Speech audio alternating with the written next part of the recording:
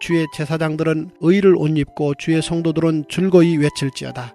주의 종 다윗을 위하여 주의 기름 부음 받은 자의 얼굴을 외면하지 마옵소서. 여호와께서 다윗에게 성실히 맹세하셨으니 변하지 아니하실지라 이르시기를 내 몸의 소생을 내 왕위에 둘지라. 내 자손이 내 언약과 그들에게 교훈하는 내 증거를 지킬진대 그들의 후손도 영원히 내 왕위에 앉으리라 하셨도다. 여호와께서 시온을 택하시고 자기 거처를 삼고자 하여 이르시기를 이는 내가 영원히 쉴 곳이라. 내가 여기 거주할 것은 이를 원하였음이로다. 내가 이 성의 식료품에 풍족히 복을 주고 떡으로 그 빈민을 만족하게 하리로다. 내가 그 제사장들에게 구원을 옷 입히리니 그 성도들은 즐거이 외치리로다. 내가 거기서 다윗에게 뿔이 나게 할 것이라. 내가 내 기름 부음 받은 자를 위하여 등을 준비하였도다. 내가 그의 원수에게는 수치를 옷 입히고 그에게는 왕관이 빛나게 하리라 하셨도다. 기도하겠습니다. 하나님, 오늘도 주님의 성전에서 아름다운 옷을 입고 또 기쁜 노래를 하며 또 주님과 함께 즐거이 외치는 예배자들에 관한 말씀을 듣습니다. 하나님 아버지, 그렇습니다. 이 세상에서 가장 즐거운 것이 주님과의 관계이고 또 이 세상에서 가장 아름다운 것이 주님께 예배하는 사람의 모습인데, 하나님 아버지, 우리를 유혹하는 것이 너무 많아 우리가 주님께로 나아가지 못하고 또 우리에게 참 안식을 주는 예배 가운데 나오지 못함을 주님 아버지 앞에 날마다 우리가 애통합니다. 하나님 아버지, 이 시간 주님께서 오늘도 붙들어 주사 주님의 전을 사모하여 이 자리에 나온 주의 백성들이 있습니다. 또한 오늘도 말씀을 듣고 있는 또 주의 백성들이 있습니다. 하나님 아버지, 그 심령들마다 주를 사모하는 만큼 은혜를 부어주시고 즐거이 외치게 하여 주시고 주님과의 관계 안에서 날마다 참 안식을 누리는 우리 모든 말씀의 백성들 될 수 있도록 주님께서 역사하여 주시옵소서. 주님, 오늘도 그 말씀을 듣고 한마디도 우리가 그 말씀 부인하지 아니하고 아멘 하며 받기를 원하오니 성령여 각 사람 마음 가운데 임하여 주시고 오늘 말씀에 뚫고 들어갈 수 있도록 주님께서 오늘도 역사하여 주시옵소서. 믿사오며 살아계신 예수님 이름 받들어 기도드립니다. 아멘. 네, 오늘 말씀은 이 묵상의 재료가 많아서 일단 새벽에 한 가지를 묵상하고 오늘 이제 수요 예배 시간에 몇 가지를 더 이제 묵상을 하려고 합니다. 오늘 말씀을 보면 성경 전체를 통틀어서 팔복을 정말 하나님으로부터 오는 이 영적인 축복, 육적인 축복들을 많이 받은 한 사람이 나오는데 그게 누굽니까? 바로 다윗입니다. 그러니까 우리 신앙생활이라는 게 이 다윗을 롤모델로 삼으면 다윗이 받은 복을 우리도 받을 수 있지 않을까, 이제 이런 생각을 좀 하게 됩니다.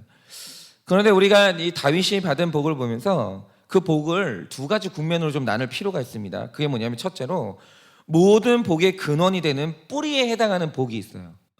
그리고 그 뿌리가 건강함으로 말미암아 자동적으로 받게 되는 부수적인 복들이 있습니다. 그런데 이 다윗이 오늘 받은 부수적인 복들, 뭐 예를 들어서 이제 건강의 복이라든지 아니면 식료품의 복이라든지 뭐 음식의 복이라든지 이런 모든 부수적인 복을 가능하게 했던 뿌리에 해당하는 근본적인 복이 뭡니까? 그게 바로 그가 성실하신 하나님의 변치 않는 사랑을 받았다라는 거예요. 그를 향한 하나님의 사랑이 변하지 않았다라는 거죠. 그러면 왜 그는 변치 않는 하나님을 만나 함께하는 제사장들과 즐거움으로 그가 주시는 식료품과 떡을 즐길 수 있었을까? 어떻게 하나님의 변치 않는 사랑을 받을 수 있었을까? 그 이유는 그의 사는 날 동안 다윗의 예배가 변질되지 않았기 때문이에요. 예배의 그 핵심이 있습니다. 여러분 9절 10절을 보면 예루살렘의 제사장들이 다윗이 받을 복을 빌어주는데 다른 사람이 빌어주는 게 아닙니다. 제사장들이 다윗이 받을 복을 빌어줘요. 그러면 왜 다윗이 특별히 이 제사장들의 축복과 기도를 받았을까? 이유는 다른 게 없습니다. 역대 이스라엘의 왕들 중에서 다윗이 가장 아름다운 예배를 드렸기 때문이에요. 그가 가장 예배를 즐겼기 때문이에요. 그가 예배를 가장 사랑했기 때문이에요. 여러분, 제가 얼마 전에 어떤 선생님이 하시는 말씀을 들었는데 교사에게 가장 예쁜 학생은 얼굴이 예쁜 학생이 아니라 수업을 잘 듣는 학생이라고 얘기를 하더라고요. 여러분, 마찬가지로 예배를 수종드는 주의 종들에게 가장 아름다운 성도는 예배를 사랑하는 성도예요. 그러면 자연스럽게 그의 축복을 빌어줄 수밖에 없는 거예요. 왜냐하면 예배를 사랑하는 자의 복을 빌어주는 그 사람도 마음이 기쁘지만 그 기도를 받으시는 하나님도 그 기도를 합당하게 여기시고 그 기도를 기쁘게 받아주시기 때문이에요. 그렇죠. 어떻게 하나님께서 예배를 기뻐하는 자를 위해 빌어주는 중보기도를 거절할 수가 있겠어요? 그런 일은 영적으로 일어나지 않습니다. 그런데 우리가 여기에서 생각해 봐야 될 게 있습니다. 그게 뭐냐면 어떻게 다윗은 그 예배를 향한 마음이 있죠. 예배를 사랑하고 예배를 사모하고 예배 없으면 살 수가 없다라고 하는 그 신실한 마음이 변질되지 않을 수 있었냐라는 거예요. 여러분, 그 1등 공신이 바로 18절에 나와 있는데 이렇게 기록되어 있죠. 내가 그의 원수에게는 수치를 옷 입히고 그에게는 왕관이 빛나게 하리라 하셨도다. 그러니까 이 한 말씀에 다윗이 받을 빛나는 왕관과 원수가 같이 있는 거예요. 여러분, 이 말씀이 바로 답이에요. 오늘 말씀에 나오는 빛나는 왕관은 하나님께서 예배를 사랑하는 자에게 주시는 은혜와 영광인데 그가 어떻게 그 왕관을 쓸 수 있었습니까? 그것은 그의 일생에 단 한 번도 사라진 적이 없었던 원수들 덕분이에요. 여러분, 시편에는 7명의 저자가 있습니다. 그런데 그 중에서 가장 많은 시를 썼던 사람이 다윗이에요. 그런데 신비한 것은 다윗이 150편의 시편 중에서 73편의 시를 썼는데 언제 누구 때문에 이 시를 썼는지 아십니까? 왕궁에서 편하게 있을 때 이 시를 쓴 게 아니고요. 그가 사울이라는 원수에게 사로잡혀 있을 때, 그가 죄라는 원수에게 사로잡혀 있을 때, 왕궁을 통치하면서 수없이 만나는 원수들에 의해서 내 생명이 위태롭고 내가 수치를 당할 때에 그때마다 이 시를 썼어요. 그러므로 오늘 그의 예배가 식지 않고 하나님을 향한 울부짖음이 작아지지 않을 수 있었던 이유는 원수들에게 둘러싸여서 사로잡혀 있었던 그의 환경이 그 뜨거운 예배를 가능하게 만들었던 거예요. 여러분, 원수는 평생 다윗을 겸손하게 만들어줬어요.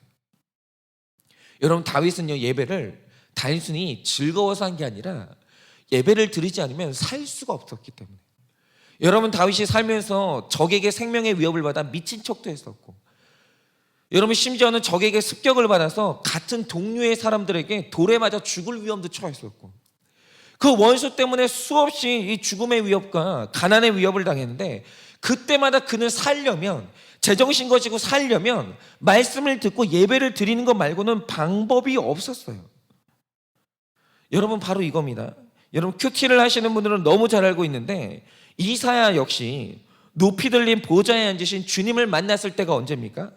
너무나 믿고 따르던 우시아가 죽던 그 해, 내가 의지하고 하늘처럼 떠받들고 있던 우시아가 죽었던 그 해, 그 해에 보좌에 앉으신 주님을 이사야가 만났고, 여러분, 에스겔은 그발강가에서 바벨론에 사로잡혀 있던 자중에 있을 때 하늘문이 열리면서 에스겔은 하나님을 만났어요. 그러므로 오늘 우리가 기도가 열리고 큐티가 열리고 말씀이 열리는 최고의 환경은 나를 사로잡고 있는 원수가 있는 바로 그 환경, 일생의 원수가 끊어지지 않는 그 환경이 영적으로는 최고의 환경이라는 거예요. 제가 요즘 이걸 더욱 이제 체험하게 되는데요. 제가 한 번은 요즘 이제 훈련을 하다가 제가 이제 한 분씩 지정을 하고 이제 같은 이제 훈련 지체들이 그분의 이제 장점에 대해서 한마디씩 하는 시간을 이제 가진 적이 있어요. 그래서 제가 어떤 한 권사님을 놓고 지체들이 이제 칭찬을 하는데 굉장히 인상 깊은 칭찬을 하나 들은 거예요. 그게 뭐냐면 어떤 분이 권사님에게 이런 칭찬을 하는 거예요. 자신이 살면서 참 어려운 일이 많았다는 거예요. 자기 혼자 해결할 수 없는 일들이 수없이 많았는데 그때마다 자기는 오직 딱 한 사람에게만 기도 부탁을 했는데 그게 뭐냐면 그 권사님이라는 거예요. 아무에게도 기도 부탁을 하지 않았는데 오직 그 권사님에게만은 지속적으로 기도 부탁을 했다라는 거예요. 그럼 왜냐라고 하면 많은 경우에 우리가 힘든 얘기를 하면 의뢰 기독교인들이 인사처럼 하는 말이 뭡니까? 기도할게요. 기도할게요 라는 말을 하는데 사실은 그 말이 교회를 오래 다니면 오래 다니는 사람일수록 그렇게 공허하다라는 거예요. 왜냐하면 여러분, 한 교회가 있으면 거의 대부분의 사람들은 기도가 무너져 있어요. 그게 현실이에요. 여러분, 지속적으로 기도하는 사람 몇 사람 됩니까? 쉬지 않고 기도하는 사람 몇 사람 됩니까? 그러니까 자기를 위해서도 하루에 10분도 기도를 안 하는 사람이 태반인데 세상에 누가 남을 위해서 중보기도 해주겠어요? 그런데 그 권사님은 내가 기도 부탁하면 정말 기도해주는 분이라는 거예요. 그러니까 온 교회를 통틀어서 그분이 기도하는 권사님이라는 신뢰를 받은 거예요. 왜냐하면 정말 매일 기도하시거든요. 정말. 근데 그거 아세요? 봤어요? 그분이 매일 기도한지 봤어요? 아니, 내가 새벽 예배를 나와야 볼 거 아니에요. 내가 새벽 예배를 안 나오는데 그분이 매일 기도한지 어떻게 알아요? 근데 그거 아세요? 기도하는 사람이 누군지 사람들은 알아요. 그거 신기하죠. 매일 기도하고 기도에 능력이 있는 사람이 누군지 이상한 게 뭐냐면 사람들이 알아요. 그리고 기도라는 것은 일단 기도하는 사람이 무슨 응답이든 받기 때문에 그분의 중보기도를 통해서 얻은 기도 응답이 많았다라는 거예요. 정말 제가 그 말씀을 듣는데 그 권사님이 그날 다르게 보이는 거예요. 그전에도 물론 존경하고 제가 존중했지만 그날은 정말 그분이 달라 보이는 거예요. 여러분, 이게 진짜 영성 아닙니까? 자기 입으로 자기는 뭐 봤다, 자기는 뭐 들었다, 자기는 뭐 했다, 이런 식으로 말하는 게 진짜 영성이 아니고 다른 사람들이 저는 저분한테 기도 부탁해요. 저는 어려운 일 있을 때 저분한테 기도 부탁해요. 여러분, 이게 진짜 영성이에요. 내가 뭐 했다라고 얘기하는 게 아니라 사람들이 그걸 알아요. 저 사람은 영의 사람이라는 거. 그러니까 사람들이 중보기도가 필요할 때 생각나는 기도의 사람으로 자리매김을 했다는 게 그거보다 더 깊은 영성을 가졌다는 증거는 없는 거예요. 그런데 그런 생각이 드는 거죠. 그러면 어떻게 이 권사님은 기도의 사람이 됐을까? 뭐가 이 사람을 기도의 사람으로 만들었을까? 그런데 제가 이제 나눔을 하면서 들어보니까 아마 기가 막힌 섭리가 있는 거예요. 그게 뭐냐? 원래 이 권사님은 누군가에게 뭔가를 나눠주는 걸 좋아하는 분이에요. 그래서 신앙이 약했던 처녀 때부터 하여튼 뭔가를 늘 나눠줬다라는 거예요. 그래서 이분이 하시는 말씀이 뭐냐면 하나님이 만약에 나에게 물질 줬으면 사람들에게 물질 많이 나눠줬을 거라는 거예요. 그렇죠? 여러분, 만약에 이분 손에 물질이 있었으면 그분은 나눠주는 거 좋아하시기 때문에 물질 나눠줬을 거예요. 그거 나눠주는 사람 됐을 거예요. 김치 있으면 김치 나눠주고, 감자 있으면 감자 나눠주고, 어려운 사람이 있는데 내 수중에 돈 있으면 돈 나눠주고, 그런 사람 됐을 거예요. 그런데 하나님께서는 이 권사님이 기도의 능력을 나누는 사람이 되기를 원하셨어요. 그래서 하신 게 뭐냐면 이분을 가난이라는 환경에 사로잡아 버렸어요. 그러니까 나눠줄 물질이 없는 사람이 되게 하셨죠. 그런데 원래 이분이 가정이 부유한 가정이라서 한 번도 경험해보지 못한 가난에 사로잡힌 거예요. 그러니까 나눠주고 싶은 마음은 있어요. 뭔가를 주고 싶은. 그런데 하나님이 물질을 사로잡아 버린 거예요.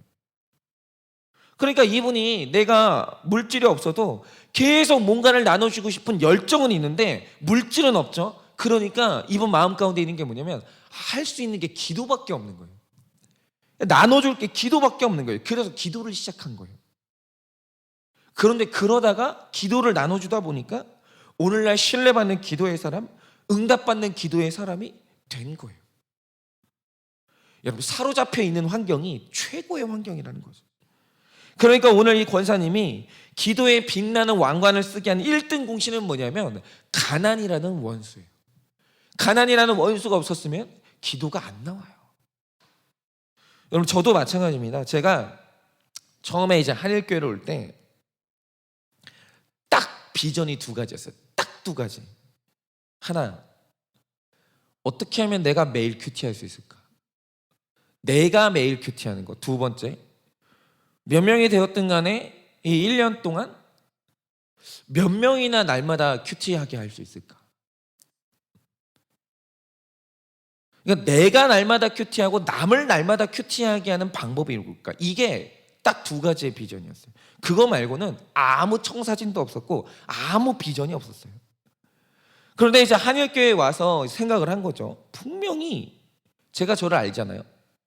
나태해서 분명히 피곤한 날이 있을 거고 이벤트가 있는 날이 있을 거고 사건이 있는 날이 있을 텐데, 그래서 나는 날마다 큐티하지 않을 사람인데, 내가 날마다 큐티하지 않으면 성도님들도 큐티 안 할 거거든요.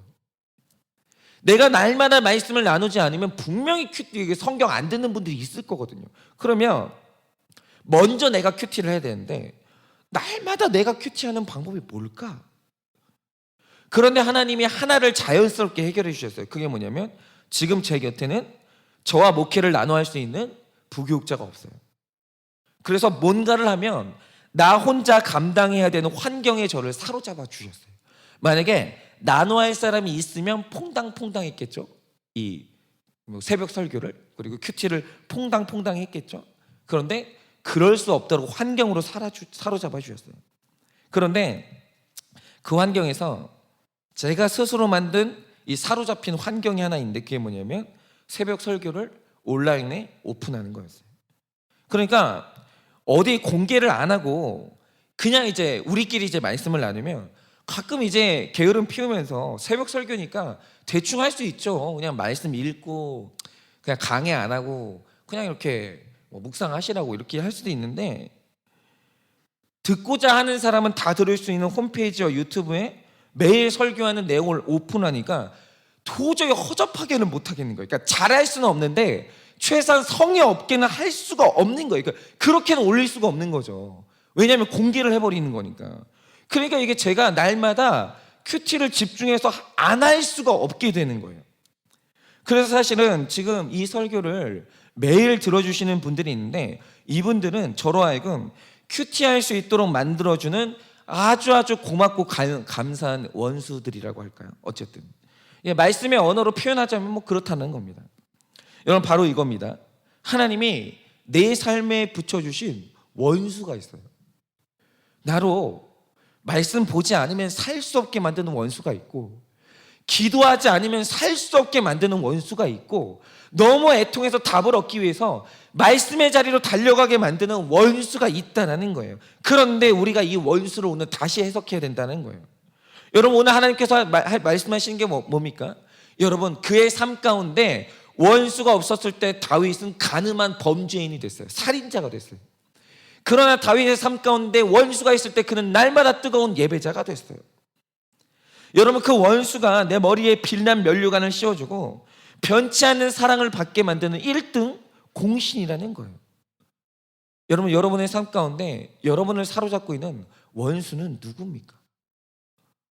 여러분, 그는 없어져야 될 존재가 아니고요, 오늘 내 머리에 빛나는 면류관을 씌워주는 여러분 1등 공신이에요. 여러분, 오늘 나의 삶 가운데 하나님이 보내주시는 그 원수의 존재를 그렇게 해석하셔야 돼요. 그가 아니었으면 오늘 나는 이렇게 말씀을 귀담아 듣지 않아요. 그가 아니었으면 나는 말씀에 이렇게 목마르지 않아요. 그가 아니었던들 나는 하나님의 공의를 이렇게 목 놓아 부르짖지 않아요. 오늘 원수는 나로 하여금 하늘의 문을 열어주고 보좌에 높이 들린 주를 보게 해주는 귀한 일꾼인 겁니다. 아주 고마운 사람이에요. 그래서 오늘 하루 내 원수를 이렇게 해석하셔서 원수의 존재를 사랑하고 그를 통해 얻는 나의 영적인 유익을 감사하는 우리 모두가 되시는 하루가 되기를 예수님의 이름으로 축원을 드립니다.